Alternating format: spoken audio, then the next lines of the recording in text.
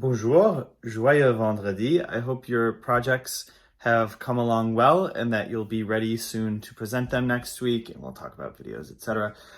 What I want to do is go through your packet today and discuss all the grammar. That way you can use this video to reference any of the grammar that you're unsure of.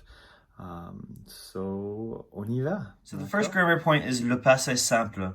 Le passé simple is not a tense that you'll ever be required to reproduce, not in conversations with people. Unless you become a history teacher in France and you're giving lectures, that's the only time you'd probably speak it. Or if you're talking about history with someone, you could use this tense, but it's not necessary because you can just use the passé composé, and it will have the same meaning. It might not have the same effect because this tense is used for history. It's used in literary context, so it does. For French people, it kind of puts them in a mindset of, oh, this is something that happened long ago, and it's something that doesn't really have a bearing in the present. You'll hear it in fairy tales, but I would rather you use the passé composé. So, le passé simple, to form it, what you do is you take your infinitive verb, so your ER or your IR or your RE verb, and drop those endings. Drop the ER, and the endings you'll add instead is a, am, at, and er. D'accord? So if you wanted to say we ate, it would be nous mangeâmes. D'accord? Again, as a historical event. Or you danced, vous dansâtes. D'accord? So it's strange. It's very different sounding. For RE and IR verbs, they do have the same ending. So if we want to say, so the endings are E, they're all pronounced E, and then im, it, and ir. So if you wanted to say, they finished, ils finirent.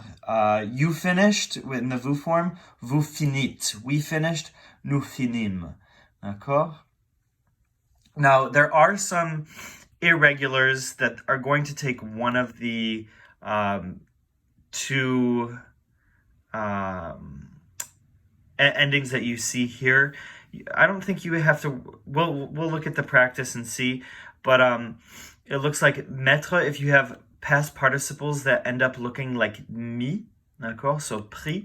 Prendre would be a similar one. And boire, past participles that end up sounding like bu. And there's a lot of those. Vécu, lu, su, vu. They're in group 2 and they'll take the group 2 endings. So if you want to say we lived, nous vécûmes. They lived, ils vécurent.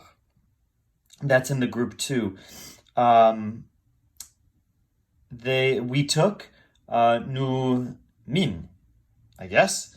And then vous mîtes, I'd have to see, again, this is not something I've ever had to reproduce, so it sounds goofy to me as well.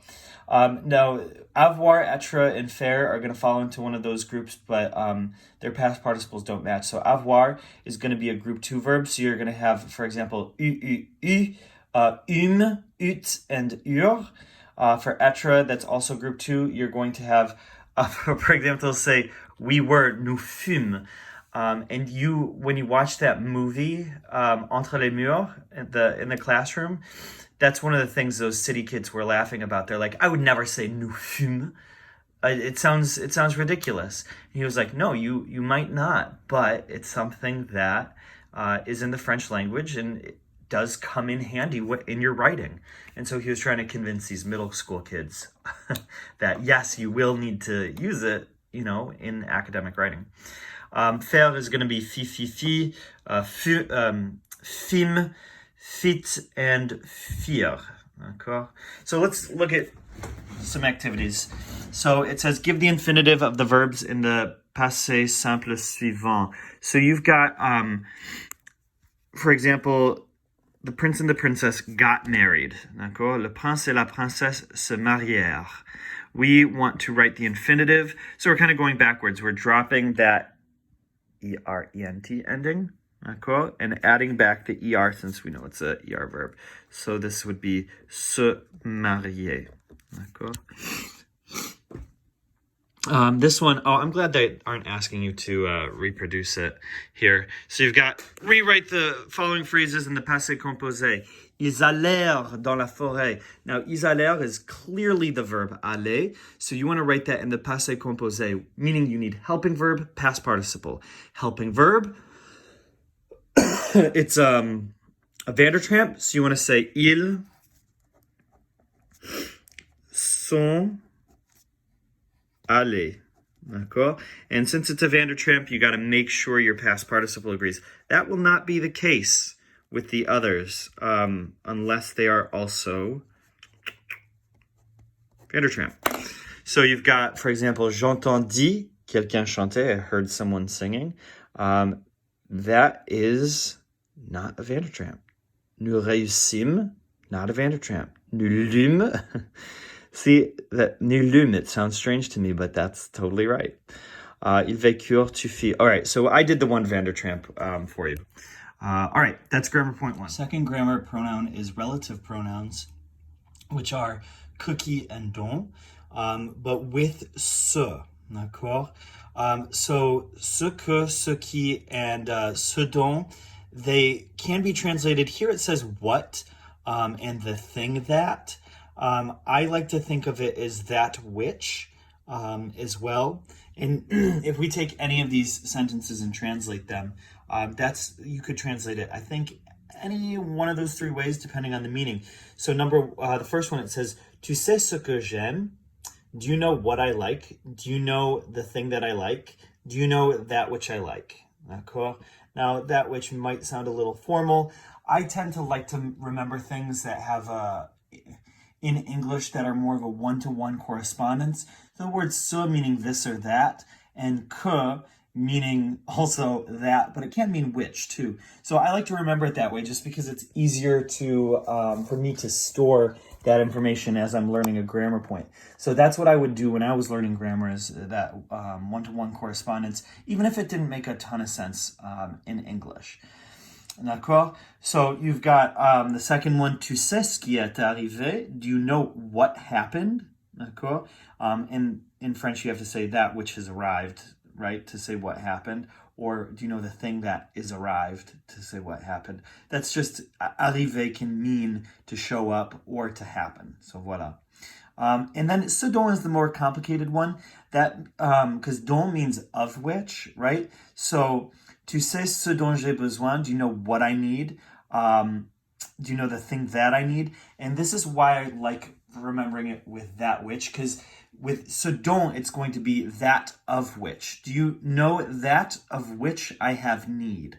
And if I can remember that sentence in English, it's easier for me to remember it in French. D'accord? Now, you use these when you want to, they're the object of the first clause, but also are related to the second clause in some way. So they're either the object in the case of ce que, which is the second example here. So ce que acts as the direct object of the dependent clause and is followed by a subject plus a verb, right? Just like que. So je ne comprends pas ce que tu dis. I don't understand that which you're saying. D'accord? I don't understand what you're saying, in other words. D'accord? Qui is the subject of the second clause. So when you have est-ce que vous savez ce qui est arrivé? Do you know what happened? The what happened, the what is the subject that you're conjugating your verb with. Ce qui est arrivé. So it'll be the third person singular. D'accord? And then ce dont, that's your complicated one. That's when you have an object of the preposition de. So you use that with phrases like j'ai besoin de, j'ai envie de, j'ai peur de, etc. So, il me demande ce dont j'ai besoin. He is asking me that of which I have need, right?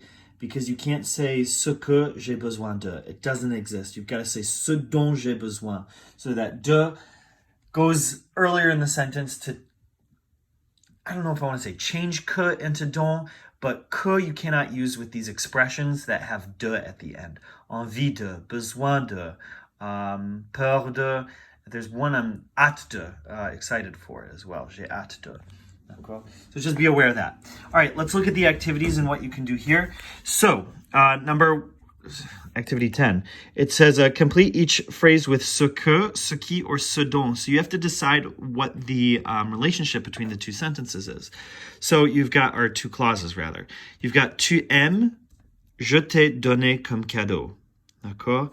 Do you like that which I gave you as a gift, right? Or what I gave you as a gift.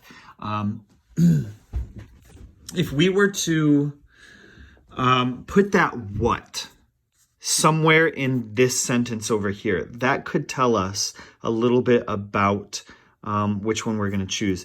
So I gave you what as a gift, or I gave you that as a gift.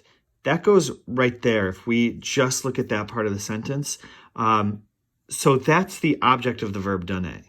Okay. Some of you may have been able to figure out that that was the object of the verb donner without having to ask yourself that.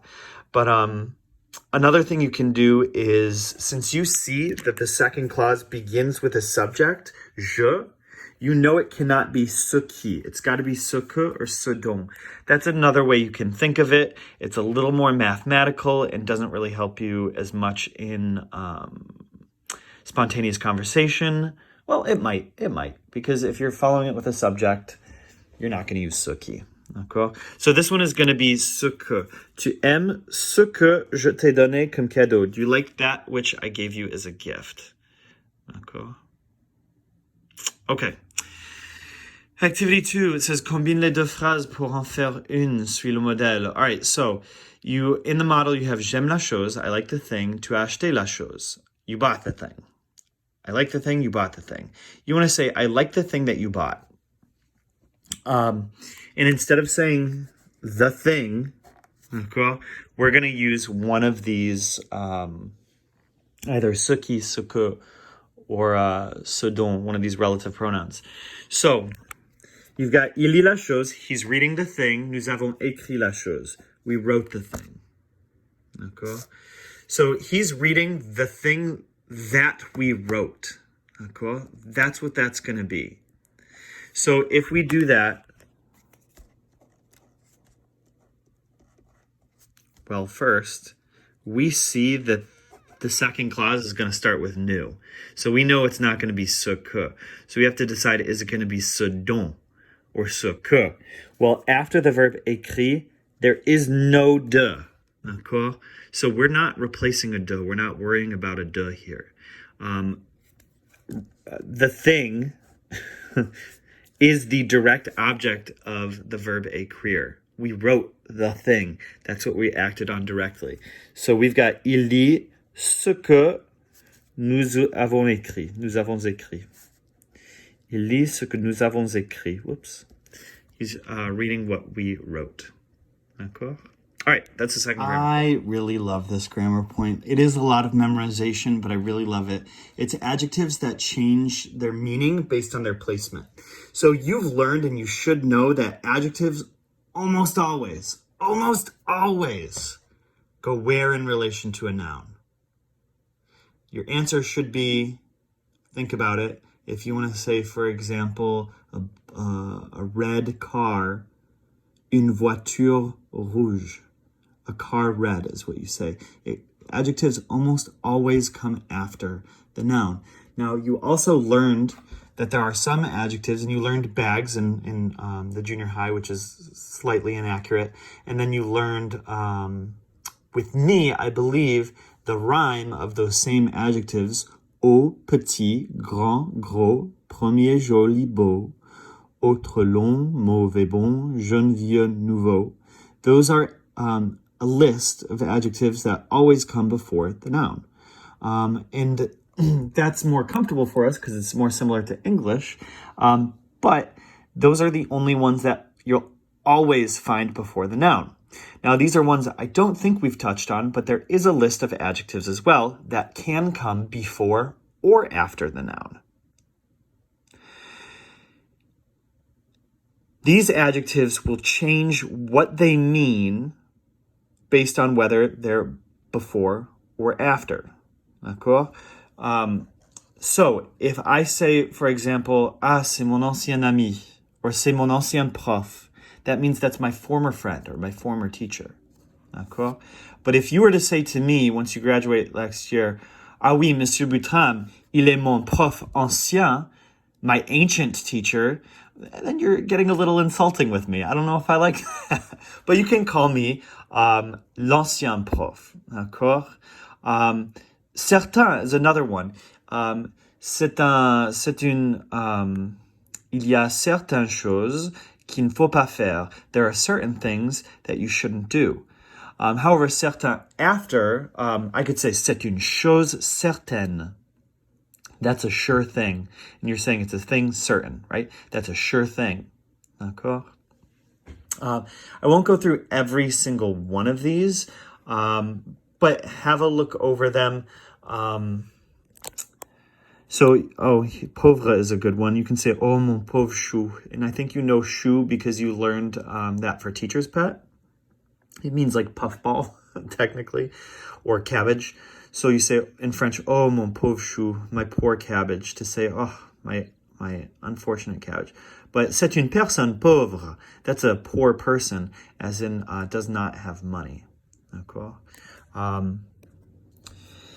Vrai is another one that's really, well, they're all good to know. You have to know them all. So, sorry. C'est une vraie chose. That's the real thing. C'est la vraie chose. That's the real thing.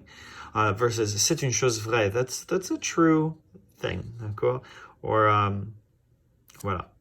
Okay. Notice seul as well. Only versus lonely. They always have similar meanings to each other. But just slightly nuanced. So that's a list that you'll have to memorize. And I would love to quiz you on this when we get back because it's just such a interesting, fun thing. Okay, so activity 12, it says place ces adjectifs correctement dans les phrases suivantes. So you're looking at these adjectives and based on what will make sense, put it before or after. So you've got Victor Hugo était un blank auteur. Blank français. So we want to decide whether grand goes on that first blank or that second blank. Now, grand, let's look. Grand means tall or big when placed before an inanimate object or after a person. Oh, that's not fun. So we got to figure this out. So he's a person. So it means tall or big after the person. C'est un auteur grand would mean he's a tall person. We want to say he's great. D'accord? So he's Victor Hugo était un grand auteur. All right, that was the most complicated one possible because grand, yes, it is a little bit weird. Also, it's in your bags, adjectives. Sorry, I don't know what to say. Almost every, because grand you use so often to mean tall or big in French that your junior high teachers taught it that way. I teach it that way. Every teacher in the country teaches that way because this is not something that you need to know as a junior high kid. D'accord. All right, 13. Complète chaque réponse en utilisant l'adjectif entre parenthèses. So, tu as mon livre. Oh wait, let's do the model. L'homme a de l'argent. Does the man have money? We want to use the verb pauvre. No, it's a poor man we want to say. Non, c'est un homme pauvre. It goes after, let's look. Pauvre means destitute, not having money, after the noun. So, number one, it says, tu as mon livre. Do you have my book? And we want to use the word propre. Well, we can use propre to mean my own book or my clean book. So if we say j'ai mon livre propre, that's going to mean that's my clean book. We want to say it's my own book. So non, j'ai mon propre livre. No, I have my own book. D'accord? Donc voilà. Careful with cher. Cher, you should know this. That's the feminine of cher. Voilà. Okay. All right, next grammar point. You should know this one. This one's super, I mean, we've done it before.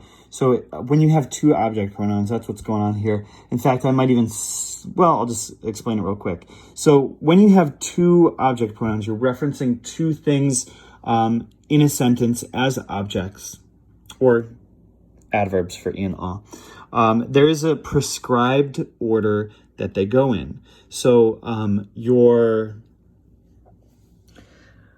me, te, nous, and vous, which all double as both object pronouns and indirect object pronouns, direct and indirect, those always go first in order. D'accord? Le, la, and les, which are just object, direct objects, those go second. Lui and leur, which are just indirect objects, go third. And then I and en in that order in the fourth and fifth places. So, oh, this is good to review too. Where do they go depending on your different sentence structures? If you've got an infinitive in the sentence, remember the infinitive is like a magnet. It sucks all your pronouns to it. So me goes first, les second, il va me les donner. Il va me les donner. He's going to give them to me. He's going to me, them, give. D'accord? Before a conjugated verb, they just go in front of the conjugated verb. That's obvious. Il me les donne. He, to me, them, gives. And then in the passé composé, let's see, before conjugated helping verb, and oh yes, and the past participle has to agree with the preceding direct object. We've done this a few times.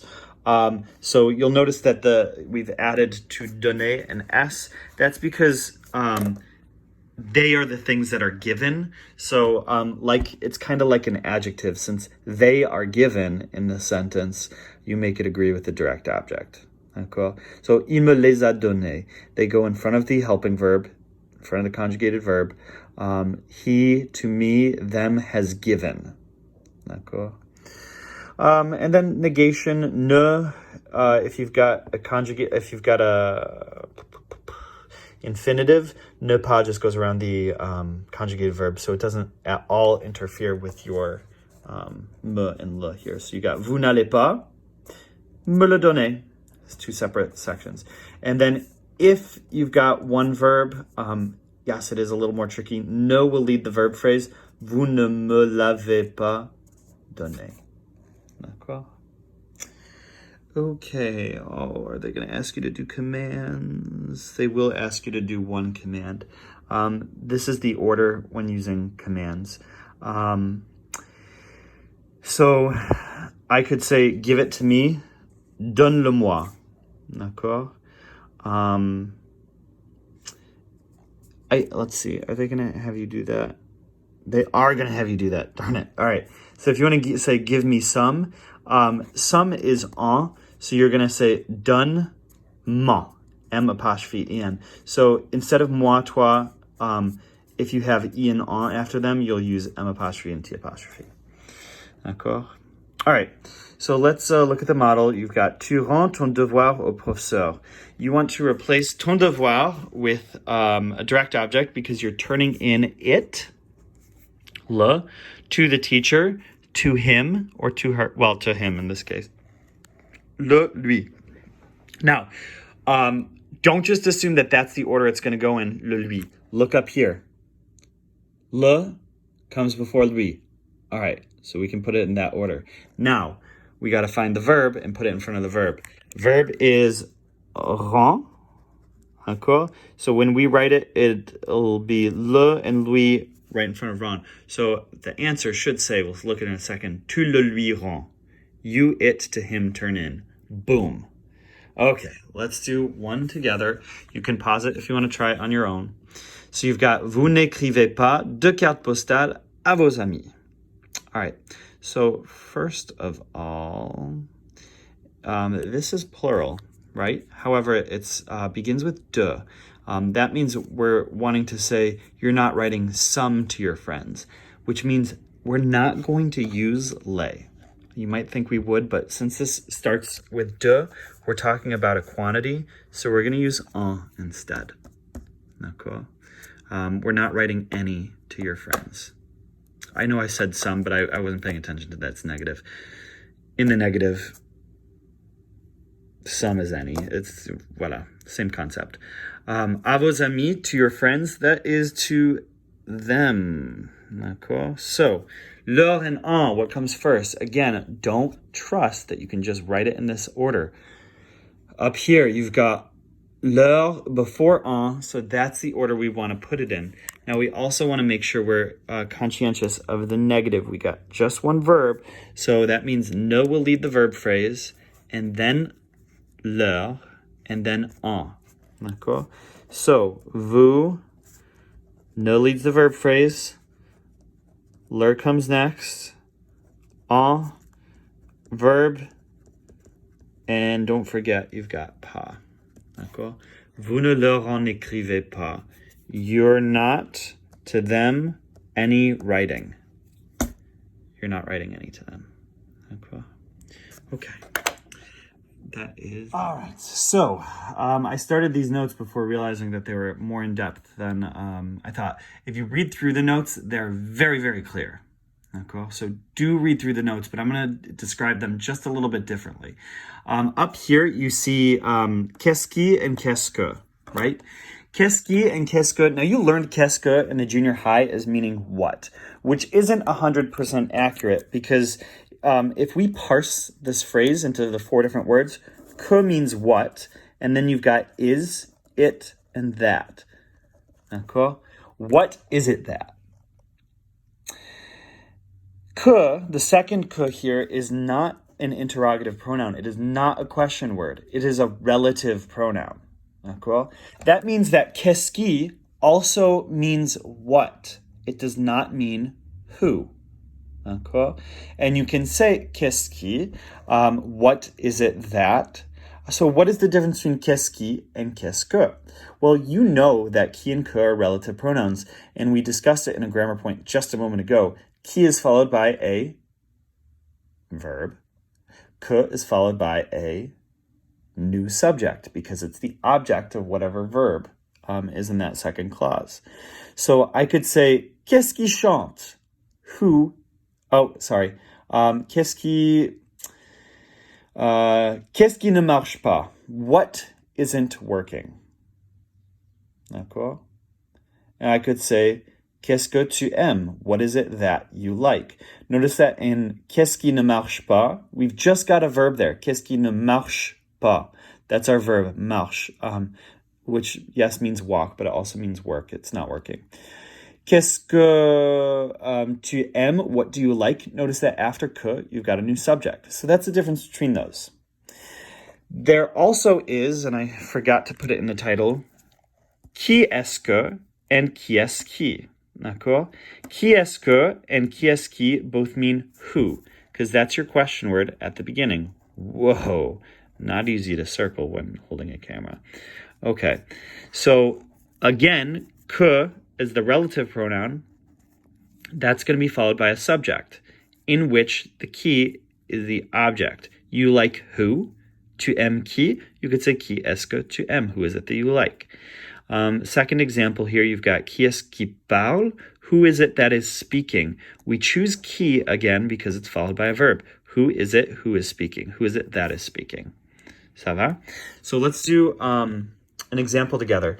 In the model, you've got la fille a parlé. The girl has spoken. We want to say who has spoken. So we know we're going to use qui to begin, right? Because we're asking who. But are we going to say est-ce que or est-ce qui? D'accord? So after we've got the girl, we've got a verb, right? Ah. And then a past participle parlé. That means that our who is going to be the subject of the sentence. Who has spoken? Qui est-ce qui a parlé? Who is it that has spoken? D'accord? Not qui est-ce que, because there's no new subject there. If there was a new subject there, qui est-ce que tu aimes, for example, who is it that you like, then you would use est-ce que. D'accord. So there's 4 different scenarios that you're looking for here. Let's look at number 1. You've got le chômage, which means unemployment. Le chômage est en baisse cette année. That's not true. Not for us. So, le chômage est en baisse cette année. Unemployment is going down this year. D'accord? So, you've got le chômage. That's going to be a que. We know that that's not a person. So, it's going to be qu'est-ce que or qu'est-ce qui. D'accord? Look after here. You've got is. Well, that's a verb if I've ever seen a verb. So we're going to say what? Qu'est-ce que or qu'est-ce qui? It's followed by a verb. So it's going to be qu'est-ce qui est en baisse cette année? What is going down this year? Or what is going down this year? Question mark. Boom. All right. Voila. So you know a lot of these vocab words. Ne pas, ne technically is your negative word. That's what negates traditionally in French. All these other words traditionally have other meanings, which is interesting. But over the years, they've come to mean the negative thing. So actually, the word jamais means ever, but with ne, it means never. Personne, of course, means person, but it's come to mean over the years nobody, right? Rien comes from the Latin word res, which means thing, which you may know if you get into law. There's an expression res ipsa loquitur. I think it might be UR, it might be OR, I'm not sure. I think it's UR. But that means the thing speaks for itself. It initially meant thing, but now it means nothing in French. So because of its pairing with ne, pas actually means a step, un pas, and that's still the word for a paw of an animal. So when you're saying like, je ne peux pas, you're saying, oh, I can't, a step. Just to emphasize that you can't, you say, and there are other ways to say this in Old French. Je ne peux goutte, I can't a drop, d'accord? Or je ne peux, let's see, what else was there? I can't think of any others, but it was always some little thing, something that meant something very minuscule. And you'll sometimes hear them in different dialects, d'accord? Plus, of course, means more, right? It means no more. But you know what these do. These go around a verb. You've also, let's go through the other ones that might be new here. The negative expression nulle part. Nulle part means nowhere.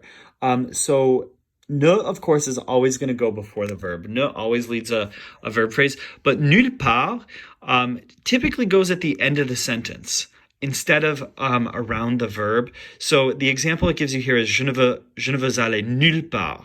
D'accord? You would be tempted to put nulle part after veux, because that's where you would put pas. Je ne veux pas aller. I don't want to go. But nulle part again goes at the end of the clause. Je ne veux aller nulle part. I don't want to go anywhere. Second example, you've got je n'ai trouvé mon livre nulle part. I haven't found my book anywhere. D'accord?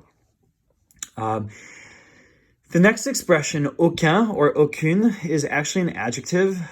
So ne again goes before the verb, but aucun agrees with and is placed before the noun that it modifies. So I'm not reading any novels is that first sentence. Je ne lis aucun roman. Je ne lis aucun roman. And it goes, well, here it's coming after the verb only because the noun does.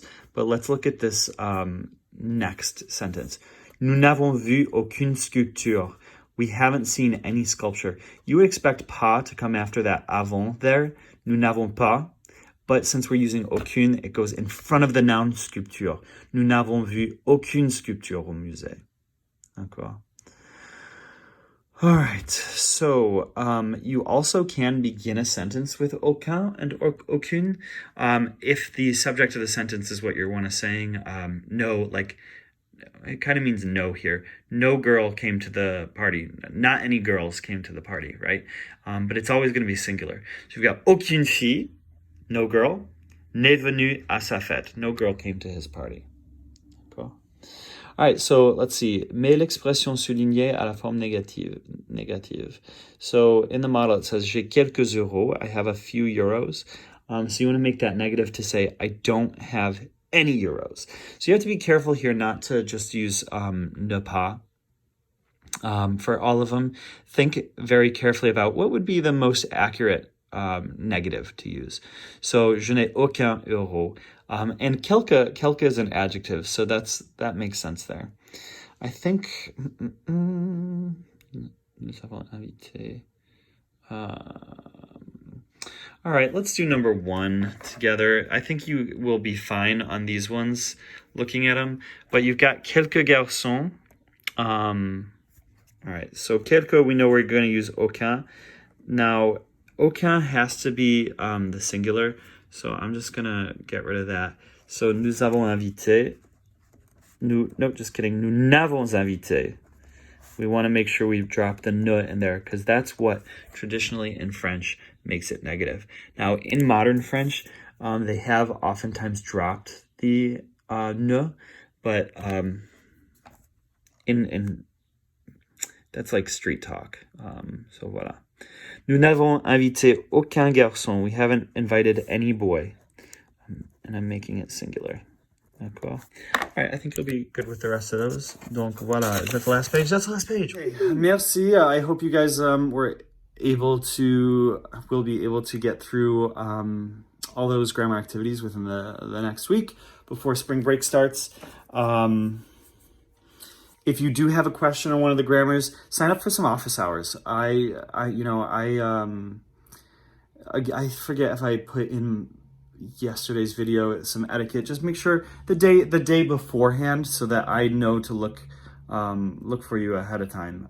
So I'm not sitting at my computer and saying, a notification on my phone saying meeting with blah de blah in 5 minutes. I don't want that. Cool. So voila.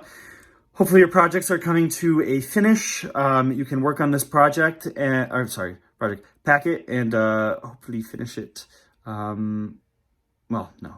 Finish it before spring break.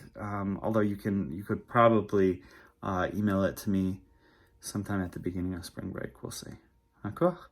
Ok, au revoir. Restez sains et bonne journée.